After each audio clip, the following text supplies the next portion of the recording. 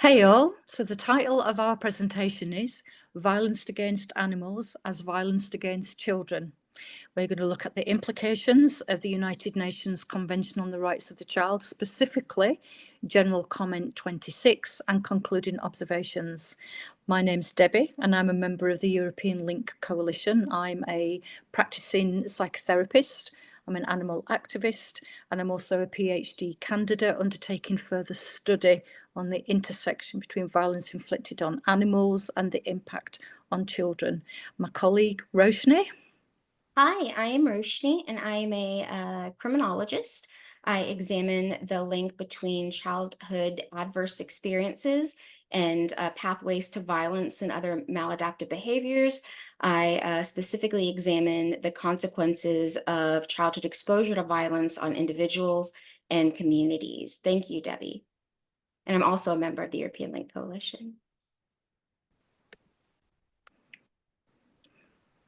So the European Link Coalition, also known as ELC, we're an international organisation comprised of professionals with varying backgrounds in human rights, for example, and animal rights, human rights. Our founder and director is Malcolm Plant, and our ambassador is Dr. Rinchen Schofel, and he's the vice chair of the United Nations Committee on the Rights of the Child. So ELC's provided what we called nuanced thematic reports, which we'll talk about in more detail later. And those have been sent to the United Nations Committee on the Rights of the Child. The committee oversees the UN Convention on the Rights of the Child. And what these reports have resiliently evidenced is the numerous negative effects on children who were exposed to violence inflicted on animals. So in September last year, the UN Committee on the Rights of the Child issued a new general comment. So there are 26 general comments so far, and the UN Convention has 54 articles. Now, 196 states have ratified the United Nations Convention on the Rights of the Child. Now, one of those articles, Article 19, states that children have the right to freedom from all forms of violence. Now, General Comment 26 is a general comment that's about the rights of the child, the environment, and there's a special focus on climate change. Just going to look briefly at paragraph 23 of General Comment 26, and that talks about the developmental benefits of children to be able to interact in a healthy environment, which includes interacting with the animal world. Now, throughout the presentation, we're going to look in more detail at the content of paragraph 35. Now, this is where it says children must be protected from physical and psychological violence and from exposure to violence, such as domestic violence or violence inflicted on animals. Now, what we know through the research is that there's a strong link between exposure to animal cruelty and a decrease in what's known as affective empathy, and that low empathy is linked with less support and dedication towards sustainability and issues. Going back to General Comment 26, it is a sustainability general comment, and empathy is a key phenomenon that shapes human and environmental relations.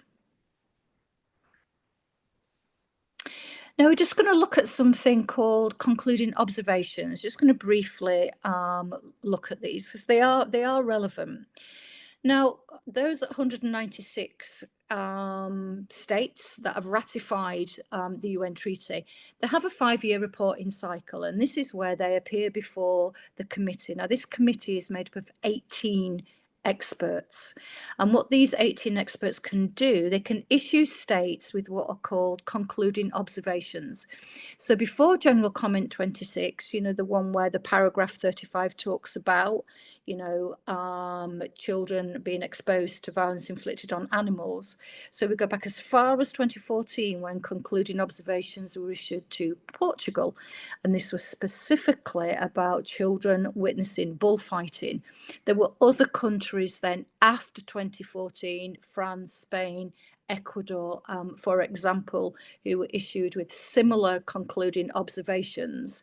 But if we look more specifically now at 2021 and 2023, And as a consequence of European Link Coalition providing thematic reports to the committee, we first have Tunisia, who were issued with concluding observations, and those were in relation to childhood exposure to societal violence against animals. And then we have specifically in 2023 Azerbaijan, who have these concluding observations issued, and this is around the shooting of dogs in public and to raise awareness of the negative effects on children exposed to violence against animals, and particularly the shooting of dogs. So what we're beginning to see from 2014 and moving right up to present time is we've got this beginning of a paradigm shift where violence against animals is violence against children, society, and the environment. Roshni. Thank you, Debbie, for that wonderful explanation of GC26 and concluding observations. So before we can understand all the different consequences of childhood exposure to violence and what the research findings show, it's important to consider GC26 as a tool, such that in order to protect animals and children, it should be combined with other tools. Now, as I talk about these different consequences and the research evidence on animal cruelty, keep in mind and ask yourself the question, what are the long-term and short-term implications of every outcome that we discuss in this research? So the best way of conceptualizing the research on animal cruelty as it relates to humans is to look at it from three different domains. The earlier domain is the research area that most people are familiar with. This is the research that has established that people who commit violence against animals, not all of them, but they are more likely to commit violence against humans. And this is where the link between serial murder and animal cruelty is also situated. This is also where the research on intimate partner violence as it relates to commission of animal cruelty is also situated. The second and third domains are newer. And so what we have been looking at is, well, what precedes committing cruelty against animals? It doesn't just happen out of the blue. There's obviously various biological, social, psychological factors. And one salient factor to emerge in this research is the impact of childhood exposure to violence against animals. As Malcolm Plant, our founder, says, what the child does not see, the child most likely does not learn. And so here, for sure, it has been shown in the research that children who are exposed to violence against animals are at an increased likelihood of committing violence against animals, and then, of course, the increased propensity to commit violence against humans. The third domain is one that we won't spend too much time on, but it does directly relate to GC26 and animal and child welfare.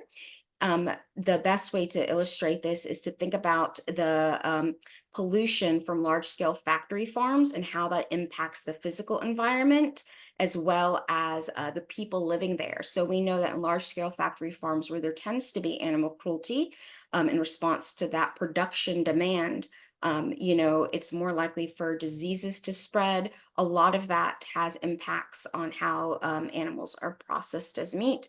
And pollution can ensue, and also that pollution affects the people living in those nearby areas. There's also the research on the psychological impacts of slaughterhouse work on slaughterhouse workers and how that produces psychological symptoms and negative outcomes as well. So we'll focus on this though. And if you think about it, since childhood exposure of violence against animals has already been linked, a strong link to perpetrating violence against people, what are the total costs of violence? And when I say cost, I mean financial. So one way to look at this is politicians, policymakers may not always care about animals. A lot of them don't. They may not even care about children, but everybody cares about financial costs in their pocketbook. Well, if you look at this, the total cost of interpersonal violence, this includes domestic violence, sexual violence, homicide, across 163 countries in 2017 was $3,650 billion. That is obviously not a small amount of money. And this includes the costs associated with things like prevention of violence, court costs, police costs, hospital costs. And this data comes from a variety of valid sources, one of them being the UN Survey of Crime Trend and Operations of the Criminal Justice System. So we're going to talk about why these costs are so enormous, and how childhood exposure to animal cruelty impacts communities and individuals. So when you look at that first domain of research on violence against animals, essentially being violence against humanity, the research can be divided further into two categories. The research that is has been conducted extensively is basically on how people who commit violence against animals at the individual level, so in the home, they're at an increased risk of perpetrating violence against humans. So for example, those who committed animal cruelty were 11 times more likely to commit sexual homicide. As I said before, those same individuals are significantly likely to commit violence against people in the home, intimate partners, and children. And a newer area of research that is starting to emerge is the link between committing animal cruelty and committing mass proactive forms of violence, such as terrorism. So this is definitely a very important area of research to think about. And so the next area, the second domain within this broader category, is the impact of committing violence against animals on communities and individuals. So what are the consequences of what we call cultural violence against animals, endemic violence against animals? This is essentially, for example, large-scale cullings that are conducted on free-roaming animals, including homeless animals. There's very limited research. One of the only study to date that examines this in depth is from Malplant and colleagues. And there were two different studies that they undertook. And so to go over some of the findings here, they sampled children in Romania and compared them to a sample of similar children in Germany. And one of the first findings that they saw was that exposure to animal cruelty was significantly greater in Romania compared to Germany.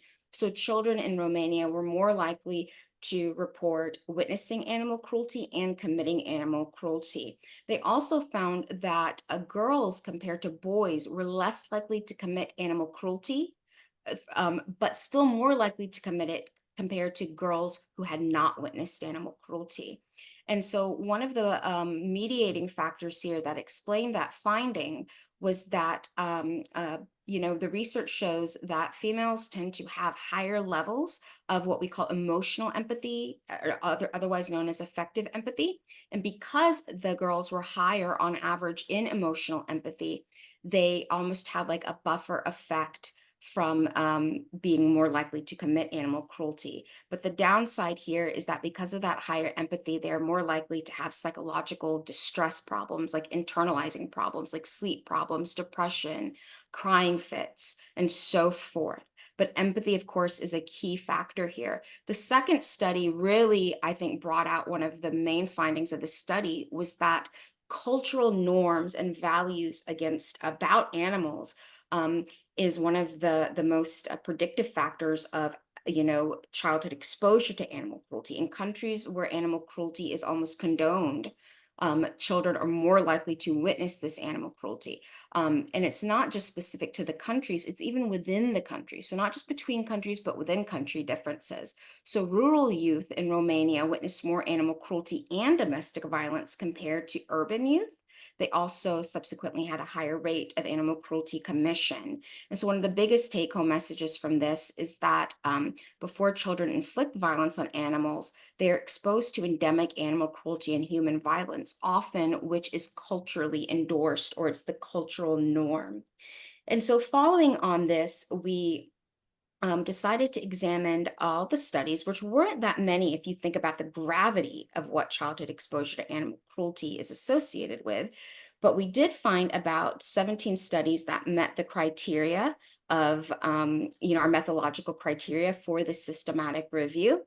And out of these 17 studies, 16 of them had statistically significant findings.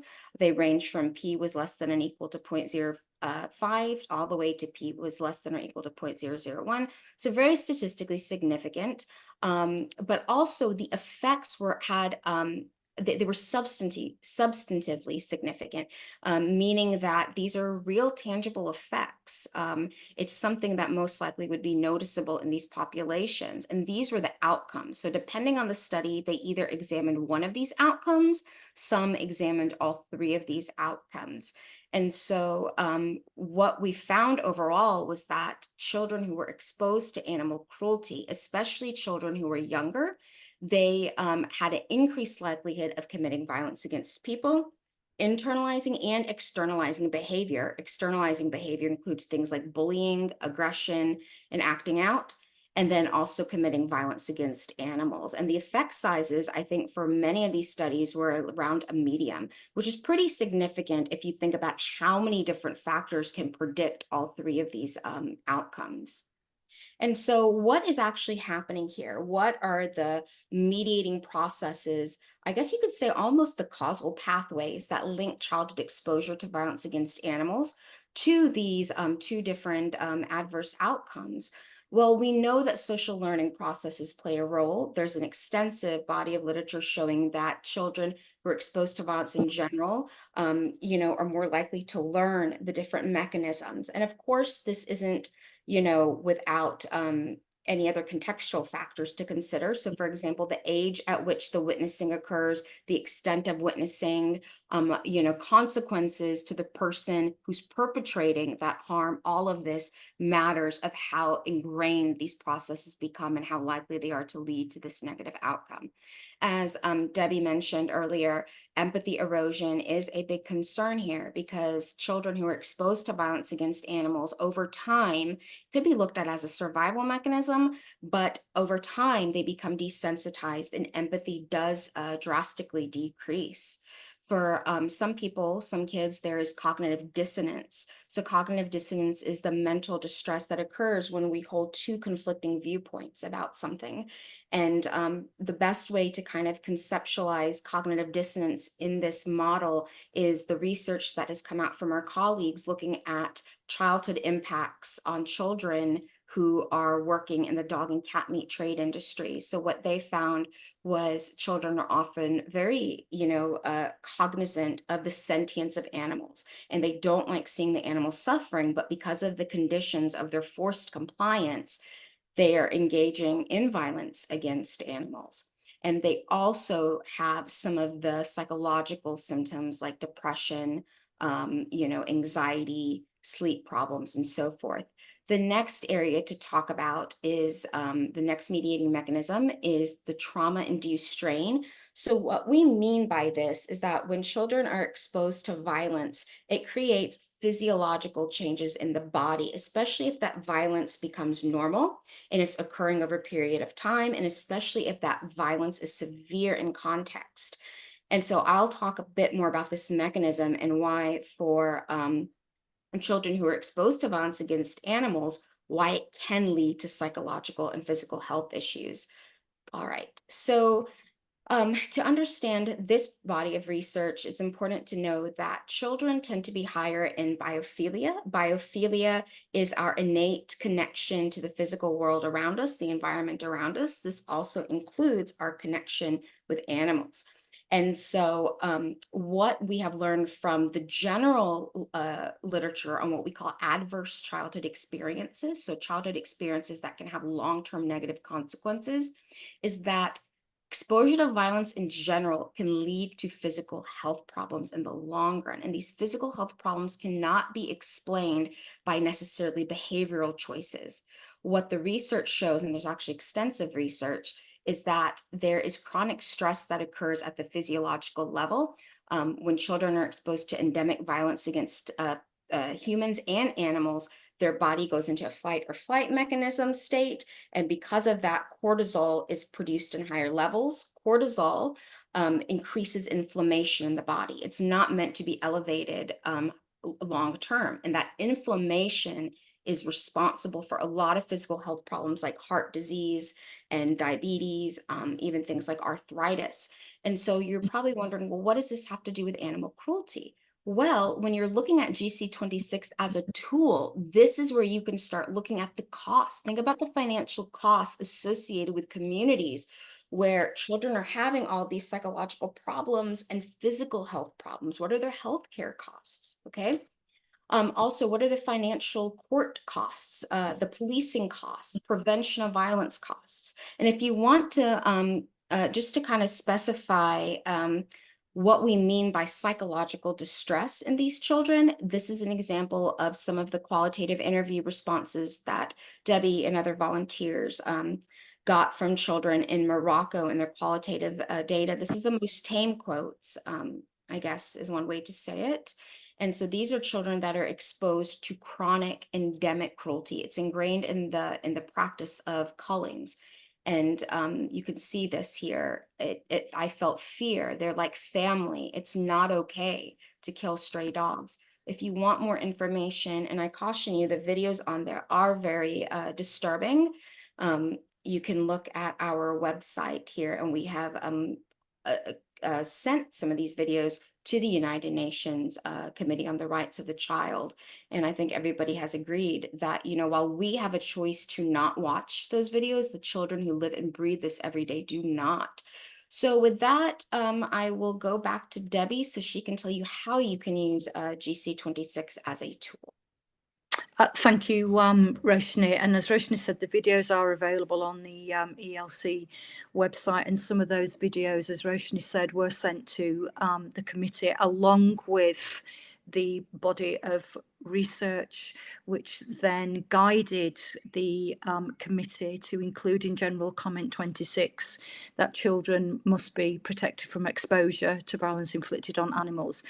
So we're just going to look briefly now at GC26 as a tool, and for it to be effective, it can be combined with other tools. So ELC continue to produce thematic reports, and post GC26 submitted one to the UN committee, and that was in relation to South Africa and specifically trophy hunting. And South Africa were issued with concluding observations to prohibit children from under the age of 18 to be exposed to the practice of trophy hunting because of the harmful effects on children. Roshni mentioned earlier about some of the quotes from children from in Morocco, and that's one of the countries that we continue to work in relation to, and to try to reduce the exposure of children being exposed to violence inflicted on animals. And one of the best ways to protect children is to stop the practices. So, for example, in some countries, including Morocco, we have these large-scale organisations, for example, Formula One, FIFA, the International Monetary Fund, who prior to going into these countries, what we found is that the government will cleanse the streets of the homeless animals, often in the purview of children. What we mean by purview is in the sight and or sound of children. So what we've done is alerted these large organisations to these practices. We've educated them about GC26, and we've also talked about the UN Guiding Principles on Business and Human Rights. So that's an example of combining GC26 with that particular United Nations Guiding Principle. GC26 can be utilised with CNVR and humane education, and also as an education tool when speaking with, for example, the police in enforcing what might be any animal welfare laws, and the importance of this, particularly in relation to reducing children being exposed to violence inflicted on animals. It can be used as a tool when speaking with policymakers, and leadership and authorities must be aware of violence against animals costs governments financially and structurally. Thank you so much for listening to our presentation. Thank you so much, Roshni. And please do ask us any questions, and we'll do our best to answer. Thank you, everyone, for listening to our presentation. We're happy to answer any questions. Thank you, Debbie.